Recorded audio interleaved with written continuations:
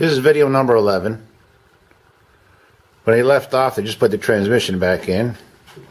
Now that torque tube is in. Torque ball is all cleaned out and back in. Behind there is the torque tube. That's all in. Rear end is in.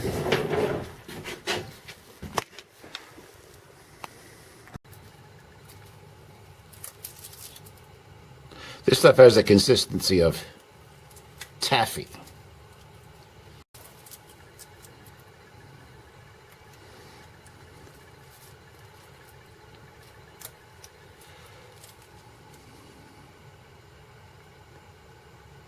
Anybody care for some licorice?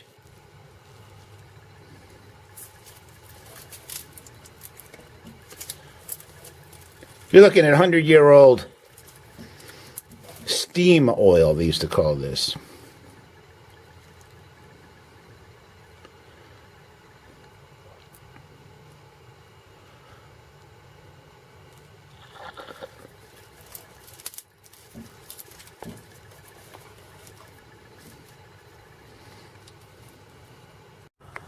All cleaned out.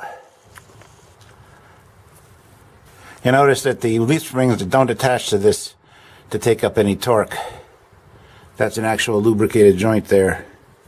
So you put the oil in there where the leaf spring attaches to the housing for the axle. No torque goes through there. It's all loose. The good thing about the cantilever suspension is that when the rear wheel hits a bump, those cantilevers, the front and middle of the leaf spring are attached to the car. The back of the leaf spring in a cantilever system, it's like a springboard.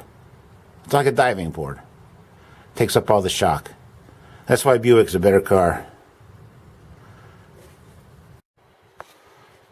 Gas tank is back in. Now that the clutch job is done and the car's all back together again,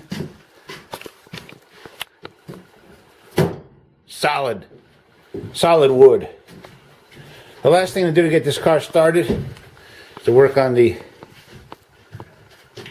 starter, generator, distributor, coil. It's all together in one unit. The generator has the distributor. It's all one piece. It's driven by the water pump shaft. It's also the starter motor. We'll be working on that in the next video and get the car started. Can't start a car without a spark.